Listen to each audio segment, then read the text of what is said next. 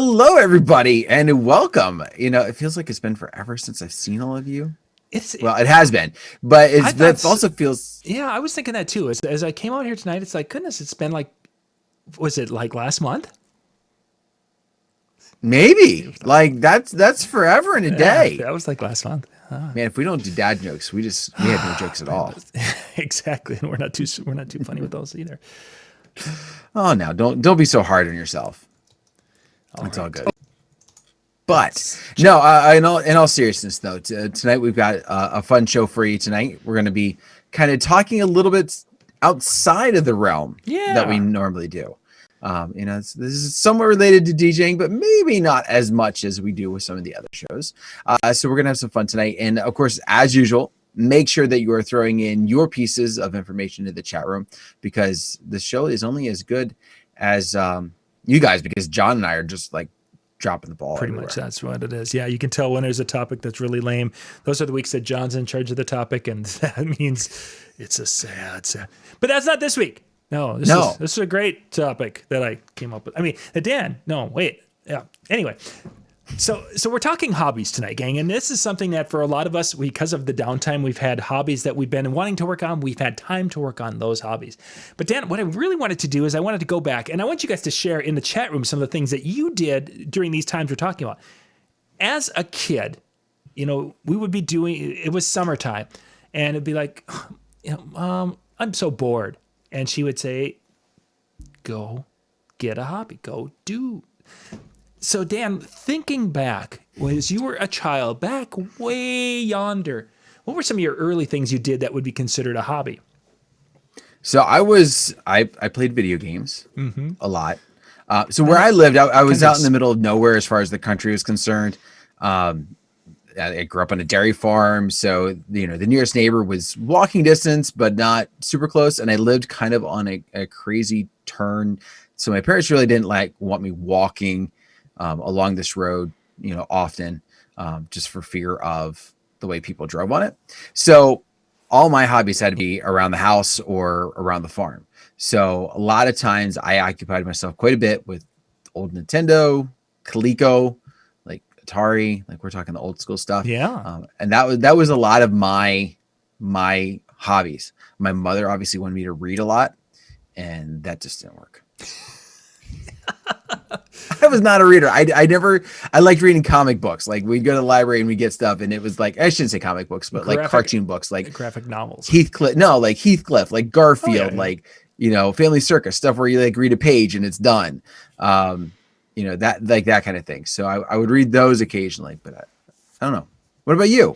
When I was young, my grandparents had a cabin on the lake. So a lot of my time spent in the summer was spent out fishing. That was just a huge part of my life, probably from when I was old enough to finally take a fish off the hook. And Grandpa went and he got a little fiberglass pole that was like a cane pole, but it wasn't. It was which they would use for a bicycle to put the little flag on the back of it.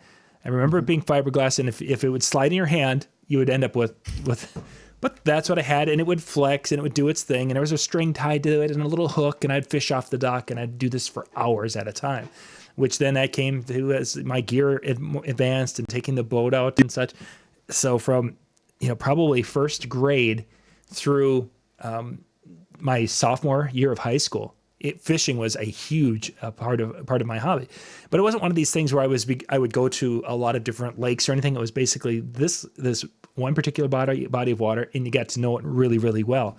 And when other people would come up there and it's like, why aren't you into fishing as much as I am, type of a thing, it's like, why aren't you into stamps? That kind of, and it's like, no, this is what we did. So yeah, cow tipping, that would have been a great one too. We actually had cows right across the road from us at the time, so I could fish out one side of the house, and the back side of the house we could hear the cows getting milked at 5 a.m.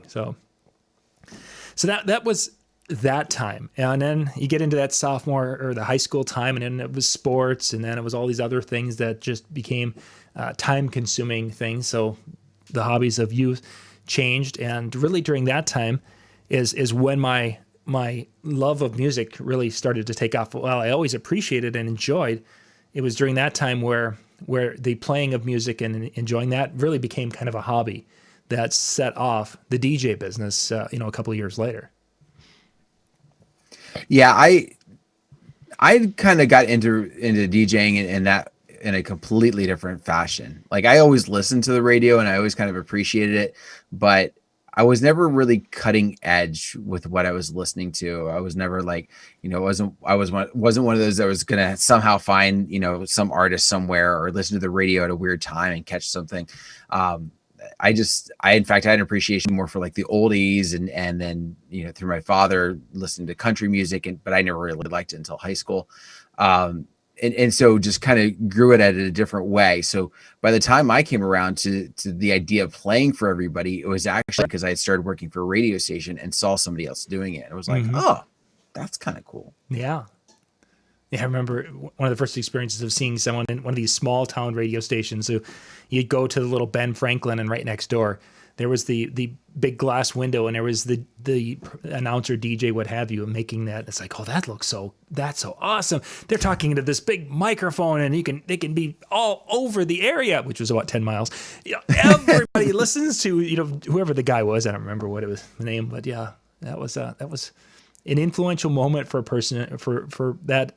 For me at that point when I saw that, but it was like, well, that's really, really cool, but it's something way beyond that I could ever do at that stage in the game.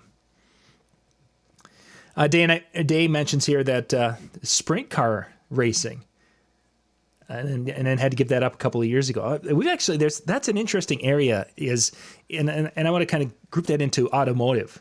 Brian Red talks a lot about, he's got his Mustang that he has been working on. And it's interesting the number of DJs out there who are into the car side of it. I've got numerous friends in Minnesota that have a car that they, kind of an old car, classic car that they've refurbished, and they use them in parades that they go through. Or tractors is probably the other one. It's really kind of interesting is that they have an old tractor from a 1950s John Deere that they've refurbished, and they drive it through the parade, and they pull a trailer that's got a sound system on it. That's probably, well, the tractors aren't cheap, but it's still, there's probably $20,000 worth of gear being pulled by an old 50s John Deere down the road. It's crazy. And exactly, focusing more on Dave's side of it with the racing, it's kind of interesting that he had that hobby because a lot of times the races are Saturday nights. So maybe that's why he ended up having to, give it up to focus more on the business because you can't race on the nights that you're probably playing. So. Yeah. And I remember a friend who was racing locally and he used to DJ all the time. And then he stopped because he's like, I enjoyed this more than I enjoy going out on weekends. Cost me more money, but I've got a day job now. And that was his thing. Let's see. So his hobbies include long walks on the beach, poetry reading, and pampering that special lady. Oh. Yeah. So obviously Howie's looking for brownies for dessert. Or extra. I think he already has a bunch of brown on his nose. Or he's maybe he wants an extra scoop of ice cream on his brownie. That could be there. You go. On his apple pie because it's baseball season now once again. That's a stretch, but it's all good. It is. Yes, I love puppies. But yeah, just talking to different DJs about some of the things that they do on the side, and some it's kind of cool with Facebook when you do have some that are showing their kind of side. One friend is into trap shooting. He's a competitive in an adult league trap shooting, which is basically the little clay plates, pigeons, where they get crossed and it reminds you of the old Nintendo game of I don't remember which game that was. Duck Hunt. Yeah, where the ducks and then the dog would laugh at you if you missed. I had nightmares about that dog. I do see though, when you think about it, this really kind of became a hard piece for a lot of people. And what I mean by that is for a lot of us as DJs, we don't view what we do as hobby. We view what we do as a career. And yes, I'm sure there are people who do. Don't get me wrong. So if that's you, think you're doing this as a hobby, that's different. But if you're a full-timer, you're doing this throughout the week. You're turning around, you're doing your events on the weekend. So you're running the business side of it during the week and you're doing the other side of it on the weekend. Doesn't leave you a whole lot of time to work at night. And if you're a part-timer, you're working your day job Monday through Friday, and then at night, you're Right. doing this. So I think that's one of the reasons why also you saw a lot of DJs turning to the streaming side of it. And we've talked about this before, or maybe it was even a private conversation I had one time where it was like, if you're streaming online, what's the purpose for it? Like you're not making any money off of it, or if you are, you're making peanuts. You're spending this time, and you might have a handful of people tune in, but really, for a lot of us, we didn't have a lot of outside hobbies to take up time. And so because we were used to being so busy with the business side and the playing side, so then you get into doing this, and it's like, oh, I need to play. That's what I do. I don't, I can't go start something new. I've got to play. And so I think that's why we also saw a lot of people start picking up the streaming, because even though they may not have called it a hobby, it filled that hole. I could definitely see that. That makes a lot of sense, because when they were working, there's just no time. Mike mentions here on Facebook, umpiring, a little league. Oh my gosh, I loved those years. I did that for a number of years, umpiring little league ball games, and take a couple of foul balls off the head once in a while. But hey, it was just a lot of so much. It was a lot of fun. A lot of fun. Is that how you became a Huey Lewis fan? Yeah. Explains so much. Yeah, that's where my fascination with Mega Sig started. Take a couple of shots off the melon. Oh yeah, but doing that. But yeah, so when things basically let me back up. The last few years, probably my main hobby was reading at some sort, whether it was a Kindle, a book on the Kindle, or that side of it, or doing I've got 3 or 4 books up above in my bookcase up there from the Star Wars franchise. That was a big part of it. And it was really interesting is once this pandemic stuff hit, is I don't think I have finished a book since this started. And I was thinking about it the other day, and it's like, what's wrong? Back up a year ago, I would go in and I would watch an episode or part of an episode on Netflix, and I went through Parks and Rec, and I started doing, and I was going through and I was doing the both, and it was just that thing. Well, once we hit into this pandemic thing, as I've gone through, and it's like I'm actually reading a lot more, because I'm going through and I'm reading the New York Times, the Star Tribune. I'm reading everything pretty much that the BBC is putting out there for news content, because a lot of people ask questions. Like tonight's show with Jerry, people are like, "What's going? What should I be doing? What's going on? Give me some ideas and such." And it takes reading, a lot of tea leaves to be able to get an idea of what things might look like as we're coming forward. And it's like, okay, so my hobby of reading changed a little bit, but it's not enjoyable. Not as enjoyable as reading some of the books and such. So yeah, hobbies are supposed to be fun. Yeah, that's why this hasn't been so much fun. Yeah. No. And David, there's actually one of them where I was going to. David mentions adding uplights around the pool area and outdoor speakers. I think that for a lot of us, the hobby of doing a remodel or fixing things around the house, I think that has taken center stage. And that was actually one I wanted. For those of you who have done something to the house, your house, apartment, whatever, share in the chat room what you have worked on and what you have done. In our case, we cut down. We have a 5-acre spot here that we bought a number of years ago, and we've had trees that should have been taken down 5 years ago, should have been taken down 10 years ago, that kind of thing. But it's like, it's kind of like what Day mentioned about the racing, is that he'd race on Friday, but he's worried about getting hurt for the Saturday wedding. Well, it seems that I always had a show coming up, whether it was a wedding to do or a show to cover. And when you're going out and you're working with a chainsaw and you're cutting trees down and doing this, there's always that small chance you could get hurt. So it's like, I got a wedding this weekend. I don't want to go out there and have something stupid happen. The biggest fear I actually had most of the time is like, what happens if a branch falls and then it scratches my face, or, I've got that and it takes 2 weeks to heal, or, look decent and I'd look dorky, or you get the scratches on your arms. And then if so I always talked myself out of dealing with these trees. That became kind of a thing. Then I could actually do this spring. And once, that's when I decided to fall off the ladder, or step off the ladder and blow out my ACL. But hey, I didn't have a wedding that weekend, so I was good. Yeah, and home improvements. What I found was kind of maybe even became more of a necessary evil in some aspects Okay. too. And now I don't know about around you, but for a while there, construction companies were shut down. Like when everything got shut down, like they were shut down, and then as something started to open back up, you would have some, but it was few and far between. So oftentimes, you decide to have a project done, you call a contractor over, and it's like, oh, well, you decided to wait until March to get a hold of us, so it'll be September before we can get to you. Yeah. And then it was like, okay, well, we've been shut down for 4 months, and we've got some projects that came in that are kind of a little bit more emergency.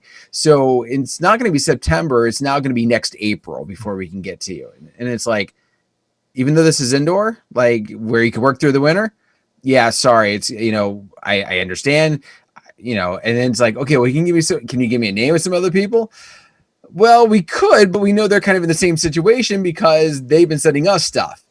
And so you just run into this thing. And so what ends up happening was I found myself learning a few projects that I would never like. I don't know if for those of you that follow me on Facebook, I showed a picture where I was up on my roof. I was a diver in high school. I don't like heights. Like, my biggest fear is like once I'm up there, it's okay. But it was the getting up and getting down that kind of like nerve wracked me. One day I got up and down off my roof probably 4 different times. And now it's just like, let's go. But I learned how to work a pipe and I learned how to put some PVC together. And now I'm fearful that I did it completely wrong and it's going to break apart and flood my house. But I did it. I did it. And I'm kind of, I'm glad I did because I have a little bit more faith in what I've been doing. And so, yeah, so I, for some of you may have learned, for lack of better terms, the home improvement hobby. Oh, for sure. And the great thing is there are so many different pieces out there and so many different, easy learning tools that you can try something. Just be smart when you get up on the roof, I guess. Oh, exactly. Yeah. The roof is not. But I didn't have to worry about the event the next day. So there was that. Yeah. The roof is a very unforgiving place if you get up there. Mike mentions here that he installed a fire pit. I've seen actually the fire pit's been one of the most popular to make that living area in the backyard, to take that up a notch. So that was a one from Mike there. Adrian mentions buying an older home and everything needs to be updated. Adrian, I wish you lived closer to me. I would love to find an older home where we could go in there and just do projects. For those of you who don't know, I've got a second channel, a weekend handyman channel that we also do. And I would just absolutely love. Lori and I have been this close to buying a couple of houses to just do video projects in. David mentions it's a good thing if I get it scratched up, I can wear a mask, so I'm safe. Thank you. That is good. Peter, Hubcap dude there mentions that he likes pina coladas, getting caught in the rain. We've all been in that rain. It was so much fun that night. That was back at AC. We got caught. once or twice. Yeah, the treated lumber. David mentions that it's difficult to get. Yeah, it's hugely difficult here. We actually have a bunch of treated lumber in the back that I bought when we were going to build the initial swing set for the kids. I had this idea of building this big square, like a 60 by 60 square area. And it was going to be this really cool thing with multi-towers so that they could literally launch water balloons back and forth was my vision. Wouldn't have told the kids that, but I know in time they would have figured it out. And that's what it was designed for. But unfortunately, there was a tree that just didn't want to play nicely with me, and I never did it. So we got all that wood. So when it came time to build the fence around the garden, it's like, I got all the wood in the back. We're good. It's gonna be great. Yeah, it'll be great. I don't know. Yeah, new trade skills. Crew a car this Friday, but my son is getting married on Saturday, and then that's a question. Yeah, there are still weddings. Randy mentions, of course, his son getting married. It's interesting the number of weddings that are still going on. We don't have the event, but yet the weddings have been similar to what my parents' wedding was, and that generation, which would have been in the late 60s, where it was basically they went to the church and they got married in front of just a handful of people, and they went back to the house and a few people were there, and they had a little dinner at the house and called it a day. It was, again, this is kind of off topic, but we found an old newspaper article from when my grandparents were married. Now, this is back when newspapers were gossip rags. That Mrs. B. Thompson was over at Mrs. A. Johnson's house, and they had a delightful day of coffee and cookies. That was what small town newspapers were back in the day. So the article talks of my grandparents getting married on a Sunday in the church, and it was a lovely day because Grandpa had brought a flower or something, and it made it extra special. And then when they were done, they went out to this whatever, and yeah, just a small, intimate thing with a few people, and that might be what we're headed back to. But anyway, I digress. Well, see, and in the same respect, I've been enjoying for the fact that as long as it's outdoor, things are a little bit more free right now. Yes. And so my wedding this past weekend was quite nice to have. Mm-hmm. It was outdoor, it was tent and everything else. And by the way, for those of you that caught our show on how to stay cool, I am going to once again put a plug in for that wonderful floor fan because it was awesome to the point that I was using it and every I don't know, it was like, I knew it was there, right? Because I could feel it. But every once in a while, all of a sudden I go, oh, is that a rain wind? Like, because being outside, I was also worried about like some rain coming in, but just the way it would hit me, and it was like kind of just in the right spot. And I would like, oh, is it going to rain? And that was that's that blower. Not the fan, but the blower. Yeah. Yeah. But it was just like, it was nice. It was so nice to be able to have that. But I digress. So we had 130, 140 people at this, and it was other than the masking thing, you thought it was how everything was supposed to happen. Sure. It was very similar to last year in many ways, I would guess. Yeah. And I think that's what we're going to see. And we're kind of drifting off the hobby thing. And you guys can still share if you've got something there. We'll talk. But I wanted to also talk about weddings for next year. I think that's what we're going to see for next year. And we mentioned a little bit with Jerry in the prior show, is that next year we're going to be, I think you're going to have a lot of indoor events, indoor spaces, like New Jersey today, basically. Howie was saying they kind of shut some things down. That's happening across the country.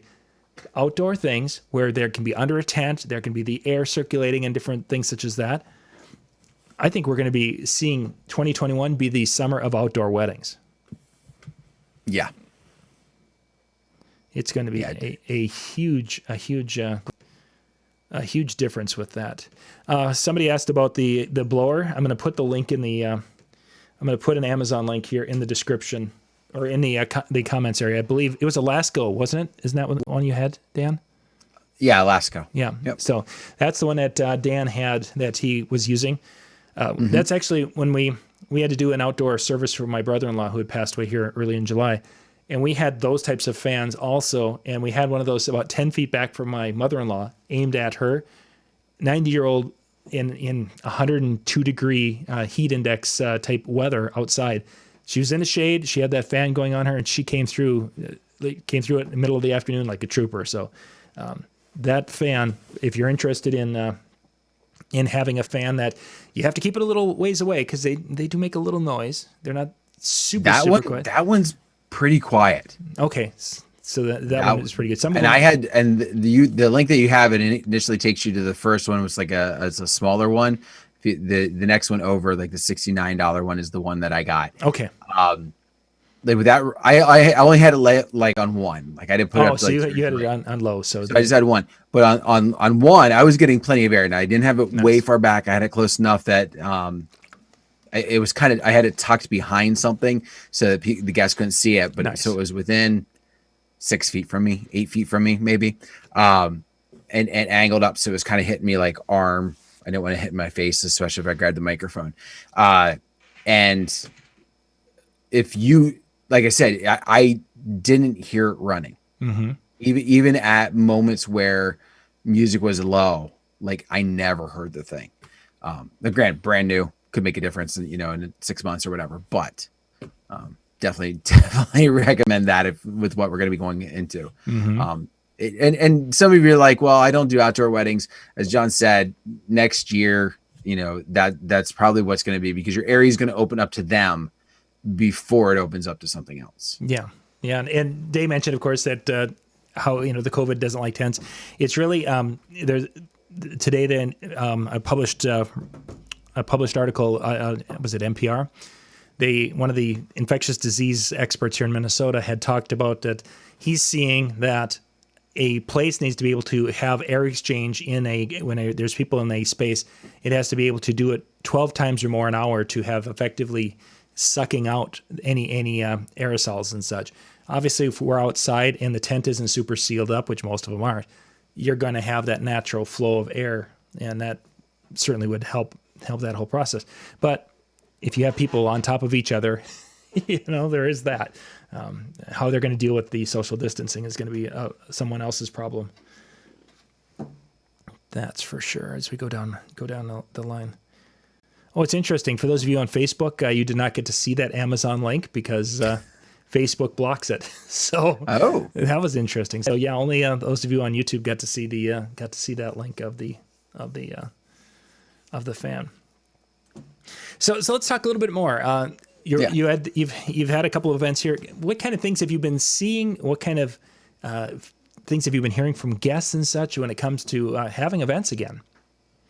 So I think there's the tale of two sides. So I'll talk about the two weddings that I had, because in some ways they were very different from each other.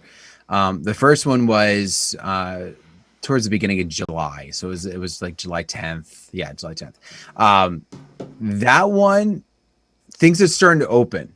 Okay, so in PA, rather, I should say, to the point that we'd been green for a couple of weeks. When I got there, none of the guests were masks. Mm-hmm. Like, there was nobody that came wearing anything like that. But we had the vendors did. So I was wearing one, the catering staff, and that was wearing one, but that was pretty much it from that standpoint. So when they came in, they were just kind of like, this is normal life. And this was our event. Dance floor open. Everybody just rushed to the floor. No keeping real distance. Now, older people, a little different story. Mm-hmm. But in the same respect, when I think about who was not getting up from the older category, I don't think there are people that would have gotten up for anything. Sure. Right. This was not a COVID that was keeping them off the floor. Mm-hmm. It was your bad music taste. What was that? It was your bad music taste because you weren't playing Huey Lewis. I played Huey. That's why they all sat. Oh. But no, then this past weekend, a little bit different story. So this was a wedding that was originally supposed to happen the end of June. They moved the date to the beginning of August because of the venue, and that was like one of two dates the venue had left. Mm-hmm.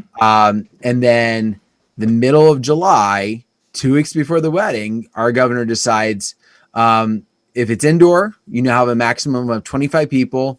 And that's the case. And it was like instantaneous. So within 2 weeks, my couple was able to find a new venue that was outdoor, a new caterer, and get everybody taken care of. Now, there were still some people who did not come.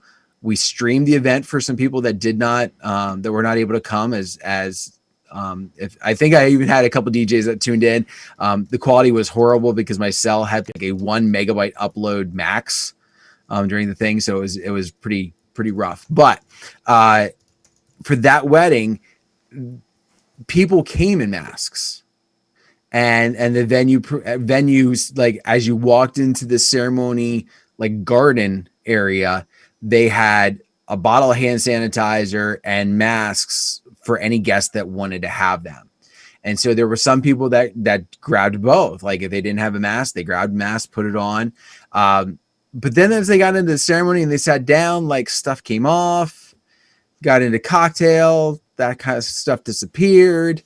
And then the next thing we know, like, I'm looking around, the only people wearing it back again is myself and the catering staff, and that's it. So it was one of those, and the bride had a very kind of laid back philosophy of like, listen, we know this is going on. The tables are all 6 feet apart. We're doing what we have to, but if you're worried, you probably weren't going to come. Right. Yep. And that's the philosophy that I'm hearing more and more from couples is like, listen, we're going to go forward with this. We realize it's a realistic thing out there. We realize it's a risk that could happen, but we've already postponed things how many times. And if you're worried, then stay home. And you can relive in our memories afterwards, and we'll tell you all about it and share pictures and videos and all that. But yeah, again, but I will say this, when I talked about the older people at the previous one, I said it was kind of an age thing, I think, that kept them.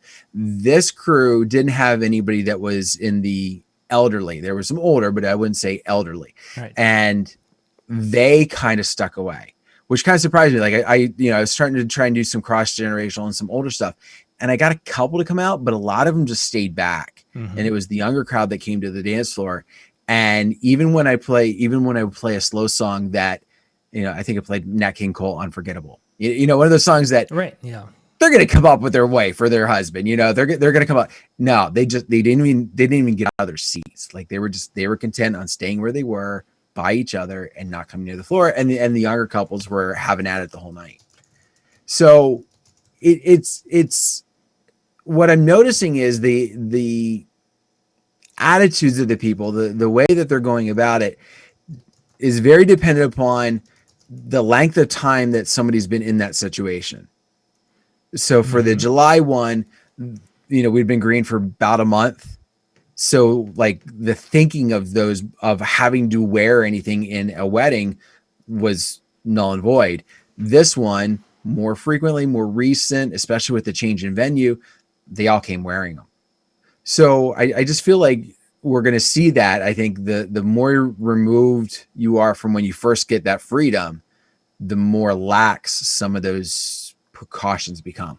Yeah, and I think we've seen that across the country where people are, that we're burned out. We're tired of it. I'm so done with this COVID thing. You hear statements like that, and that's going to be that cycle that we're going to be going through for a while, unfortunately. Well, and Randy even hits it. Was it me or people were frustrated with COVID? Yeah. And at one point, so the best man was actually the groom's father. And so when he was giving his toast, he's like, I didn't know if we were going to get to today. Yeah. And so, I'm so thankful we had an opportunity to celebrate with Matt and Katie. And I'm so glad that everything was able to happen. And exactly, it was, there was this relief. We get to this moment and we often talk about what we do is this idea of helping people forget, helping people forget the troubles that are going on all pre-COVID. Okay. Yeah. You come to this celebration, it's about having a good time. You're not worried about, bills for that moment. You're able to kind of remove yourself and be there for the couple. And then you have this, and I think the same type of thing happens, to a degree. Oh, certainly. Yeah, there's just no getting away from the reality of the world when you look around the room and you're seeing masks and you're seeing tables that are unusually far apart, and there's tape X's on the floor, and there's no Huey Lewis on the DJ's playlist. I mean, you put these things together and it's just completely scary. But we'll survive. We will survive. Just checking here.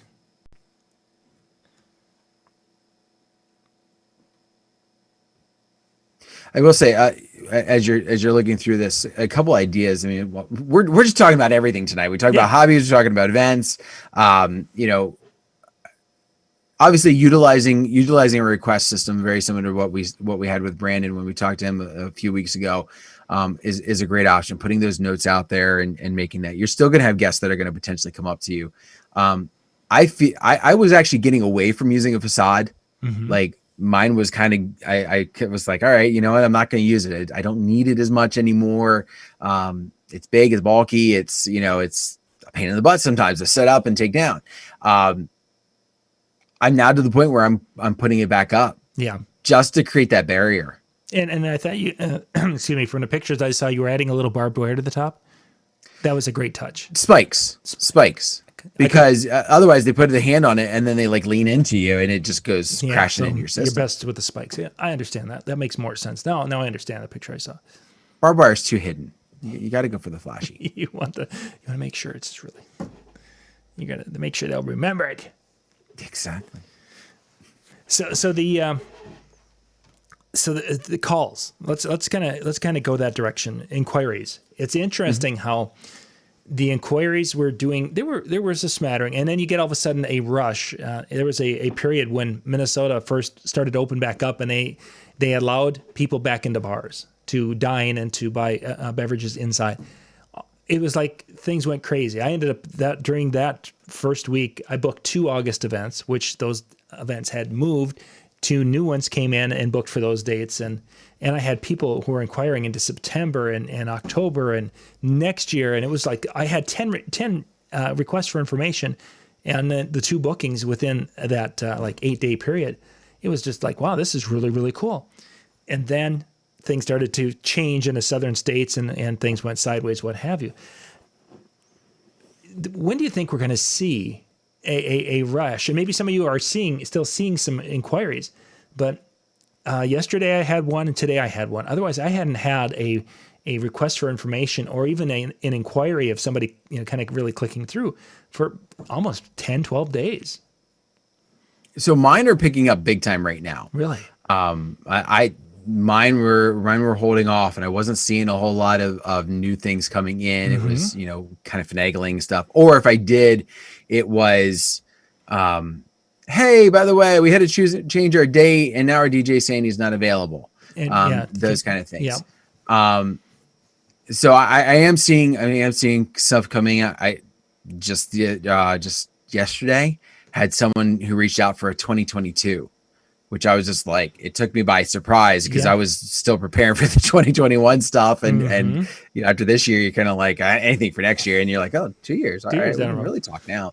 But no, what I'm actually seeing, I'm seeing 2 things actually coming in. So one is people are an influx in, and I have my own philosophies as to maybe why that's happening.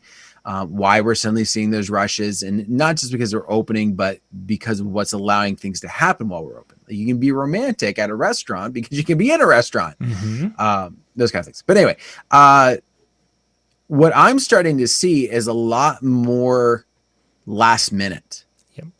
So I have a wedding this weekend. I got it last month. I have a wedding on the 22nd. I booked it yesterday. So, and in both of those, well, one was a DJ backed out, but the one from last month that's coming up for this weekend, it was one of those, they were kind of just waiting. Yes. Waiting to see what was going to happen. And then they go, okay, things are open. And if we listen to the reports and we believe them, we're going to be closed this fall. So we've got a very narrow window to put everything together. So, it's, and for the couples, they're not necessarily worried about the dream wedding they've had since they were little. This is for the one this weekend. It's actually a second marriage. Couples much older. They have grandkids that are going to be there and everything else. And they're just like, we're having this wedding. We can get everybody. Let's do it. Yeah. And so it's very last minute. And then the one for the 22nd, I mean, they've been planning, but it hadn't been planning for months and months and months. It was, this is the window. This is when we can do it. We're moving on it. And so it's huge. I think it's making a big difference. We're going to see a lot of last minute things coming in if there's fear that things are going to close again soon. And I think this is something in the wider entertainment industry they've talked about, is that you may have a situation where in a locale, a big band is what they were referring to. And they were talking, I think they used Rolling Stones as an example, that you may see something where a band at the level of the Rolling Stones will all of a sudden say, you know what, it's looking like we can be in Minneapolis next month. Let's go. And because everything's sitting open and everyone's desperate for money to do business, that things like this are going to happen. And I wouldn't be surprised next year if that's going to be part of our repertoire, is that this community over here is locked down because they can't do anything. And as we go more regional, this area over here can. So now we're going to be doing events and we can do something here, but we probably had a 1 month notice at most. And that will be really interesting because we had a period a number of years ago where it was like, it seemed that we had a really short window. So that's probably 15 years ago. That was really short, that people would be like, hey, I'm getting married in 6 weeks. Can you do a wedding? I haven't seen that in the last 5 years, but No. we may see that again coming back. Yeah, I've if anything, I've seen it kind of spread out more. 10 years ago, it was like, if I had an opening in 6 months, I really wasn't too worried about it because probably within 4 or 5 months out from the date, I was going to get a call or an email or something like that. And now it's like, man, if it's a year out and I still have the date open, it's like, okay, I might have to do some marketing, to Right. kind of focus on some certain areas or certain times. But yeah, I can definitely see us transitioning to those short time periods just because it's a window that they don't know what's going to happen. So Dan, how if that becomes a reality for next summer, how are we going to handle that when it comes to balancing personal lives? They like to plan things. You've got some Boy Scout things you've done in the past in the summer, and some of those are on weekends. How is a person going to balance that? Because we want to work, we want to make the money, but we need to spend time with the family. But all of a sudden, it might be those times are going to conflict. Well, if anything, I feel like it helps. And what I mean by that is by the time a last minute comes in, I know if that weekend's going to be open or not. I know if I need to leave it open for my family. What's kind of always been kind of disheartening for me is, when I book something a year out and then, my son's troop decides that, hey, we're going to have a camp out. And, oh, by the way, we're doing it on the weekend, that you have this really big wedding that, oh, you're not going to be able to come. And by the way, we need parents to come along. Oh, well, you can't come. So like, I feel that like, that's always a struggle for me where when it's last minute, I'm like, if you don't know what you're doing 6 months out or 6 weeks out, then, or if the family's going to plan something like that, like, by that point, usually. That I feel is a little bit different, but also, there's not going to be a lot of, if we go into a lockdown and then we start to open up again, whether it's a full lockdown, I don't want to think that way. Oh my gosh, I hope not, but I don't want to necessarily think that way. But let's assume for a second it's a restriction, a major restriction, and then they start to open again. You're going to be around those people again that the family members that you might want a little time away from by that point. And that last minute wedding might be a welcome, not just from the money, but also from the, from the moment. I mean, Saturday night, man, I had a blast. I had an absolute blast. It was one of those weddings where it was just like, when everything was happening, it was just like, yes, this is why I love what I do. This is why I do it. This is awesome. And I get to work with a new venue and we're connecting and we're talking and afterwards we're tagging each other and everything. And it's been really nice to have that feeling and Right. to be part of that again. Yeah. And I went a weird tirade rampant with that. Sorry. No, that's one of those things that a person, sometimes you forget what you miss. Does that make sense? You don't think about the things you miss in that situation. And all of a sudden when it hits you, you're like, oh man. It's kind of like when I put it on the album Sports. You just forget what you haven't been. No? By the way, for those of you that are watching, John and I did not make a bet as to how many times he could reference Huey Lewis in a single episode. But that would be a great contest. That was like the one time when we're all off the chart tonight. Yeah, we'll talk about it. Yeah, go ahead. So you remember the show? It was MJ, Shady, myself, and you gave us a series of words that we had to get through. And the plan was that we would get through it in the show, and we did it in like 3 minutes. I came across that list when I was cleaning the other day. I was cleaning my office area, and I was like, I came across this paper, and I was like, oh my gosh, that was our list, and there's my little check marks. So we got through that one. We got through that one. Yeah, there were some weird things on there. Like, there was octopus on there or something? I don't remember. All words that were like legit words, but not that you would think would make it into a typical show. So yeah, there was a lot of creativity to make sure that those words made it in. But Yeah. Yeah, David. Oh, sorry. Go Go ahead. ahead. Yeah, I was just going to go there. Go ahead. Yeah, David references here. The weddings he did in July. Everyone was ready to party. Lots of locked up energy, ready to be released. Yeah, yeah, exactly. I mean, that's the thing. You have that feeling, and especially when I say younger, younger end of the spectrum, we're not talking necessarily like 20s, or like early 20s, but when you have those families that are or guests that are like late 20s, early 30s, they're used to being out and doing stuff. Mm-hmm. And for PA, the bars are shut down unless you're like ordering a meal. But for the most part, the bars are shut down. And so places that people would used to congregate and go for this release of energy are not there.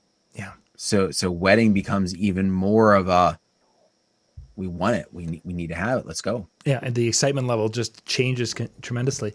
And when that idea that people just haven't been getting out in there, so itching to get out, is we're looking at funerals in our area because their funerals have been able to start happening, and there have been crowds at funerals. And granted, there's people who are well connected in the communities, but the funerals are 3 times the size of what they typically would be. It's just it's incredible how people who haven't gotten out are now getting out and doing things. And now this next weekend we have the motorcycle rally, whatever it is, out in Sturgis, South Dakota, and they're now starting to think they may have a record crowd possibly out there of 200, close to 300,000 people. I don't know what the record is, but that was a report I heard just before coming out, and it's mainly people who have been like cooped up. And they love their motorcycle, and they haven't been able to do anything with it. They couldn't go in parades. They haven't been able to go on drives or anything to that effect. And South Dakota seems like a safe state to be in right now. They're headed on out. And there's numerous people from our area here, that small town newspaper, you get to meet a lot of these people. There's numerous people who will trailer their motorcycle halfway out across the state and park their car, and then they drive their motorcycle the last hour or two to the motorcycle rally and have some fun. But it's those people who are just itching to do something and do something social. Mm-hmm. I think our time is just about up. A couple of things just to give you guys a heads up. We've got 2 events coming up here, one in September, one in October. In September, it's the 14th and 15th, the Monday, Tuesday, we're going to be doing a DJ and TV DJ talks. This is going to be over the 2 nights. We're going to have 30 presentations. These are 10-minute talks from DJs, basically from DJs to DJs. So we're going to have 15 Monday, 15 Tuesday night. And what's going to be kind of cool about this event is, first off, if you want to do one of the presentations, reach out to me. I think we've got 18 spots left, and I just announced it yesterday. Whatever. So we got 18 spots left. What's going to happen is you do your 10-minute presentation, you send me the video, we put it in, I'll do the intros and everything to it, and it's going to be up for the night. Then on Monday night, we're going to do a live drawing, and one of the 30 people who do a video is going to win a $500 shopping spree at NLFX Pro. Basically, you're going to have $500 to spend there any way you want. Then Tuesday, we're going to do it again, and the 29 names left we'll do a drawing and give away the second one. So we're going to give away 2 $500 certificates, one each night, for those who are into who create the videos. If you're watching, we're going to be doing each night. I think we're going to do 2 each night.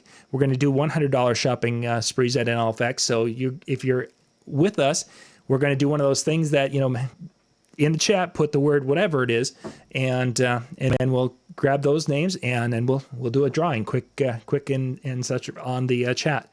So there'll be a couple of those on Monday and a couple of those on Tuesday night. And if you win a 500 and you win 100, that's possible.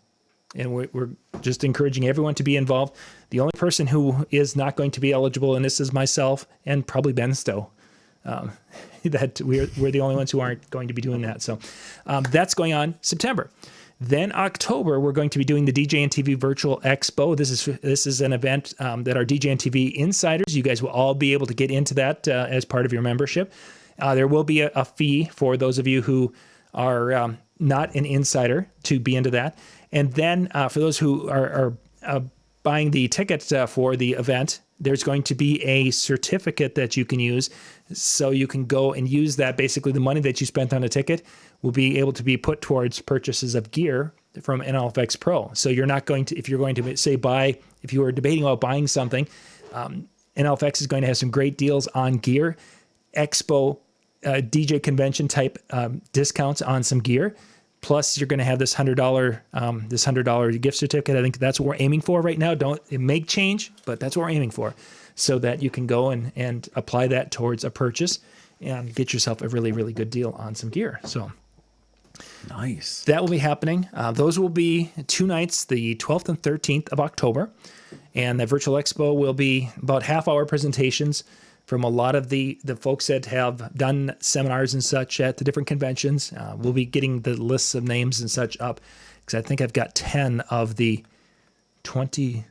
I think was there 20. We're extending it to 4 hours from 7 to 11 Eastern. So we have 16 spots that we're doing for the 2 nights. So I think I've got 12 of them taken, I want to say. So we'll be announcing more of that next. Hopefully by next week, I'll be able to say this is the list of people speaking.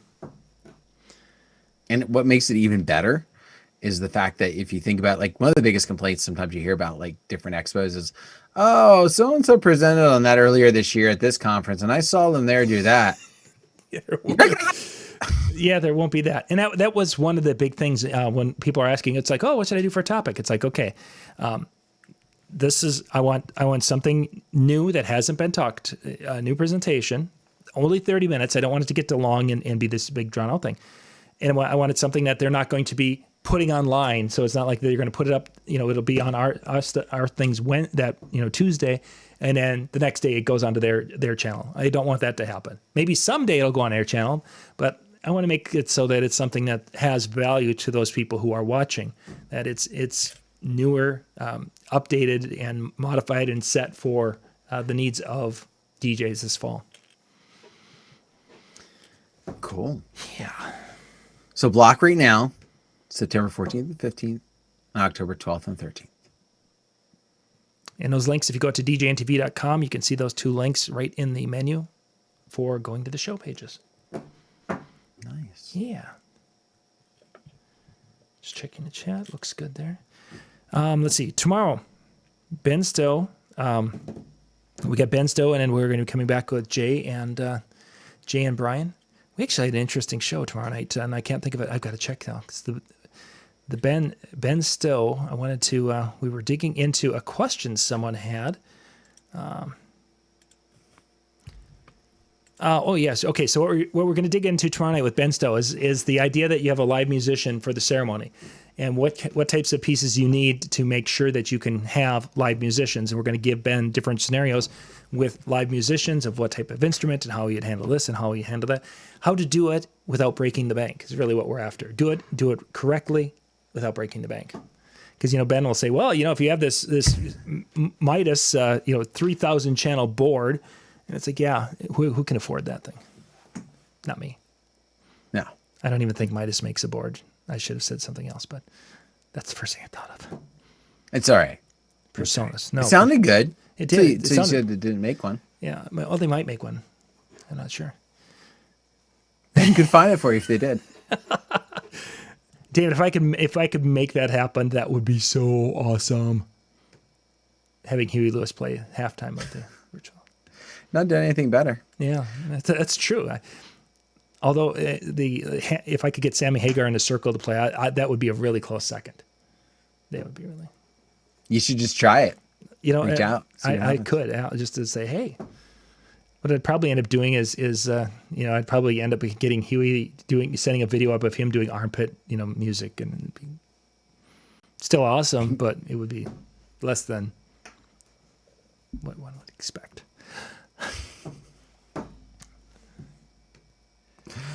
Oh my goodness! In the chat room, they're even telling us to wrap it up. Yeah. And when they start saying thank you, and then they're turning the lights out, it's kind of like the old Kmart thing. Kmart shoppers, the store will be closing in 5 minutes. Okay. Oh my goodness! Well, on that note, do want to thank everybody for taking some time to join in, watch us, listen to us, and interact with us in the chat. I will say tonight, I really appreciated all of you who were throwing stuff in it, whether it was talking about hobbies or events or different things of that nature. We truly appreciate it. Don't forget one other place I want to throw that plug, DJNTV DJNTV.com/chill. Chill room is there. You can go and hang out with some other DJs and continue talking and about what we did or just anything that you want to, preparing for a tropical storm, whatever might be the case. But go check that out. Thank you very much. We'll see you next time. Have a great night. Good night, everybody.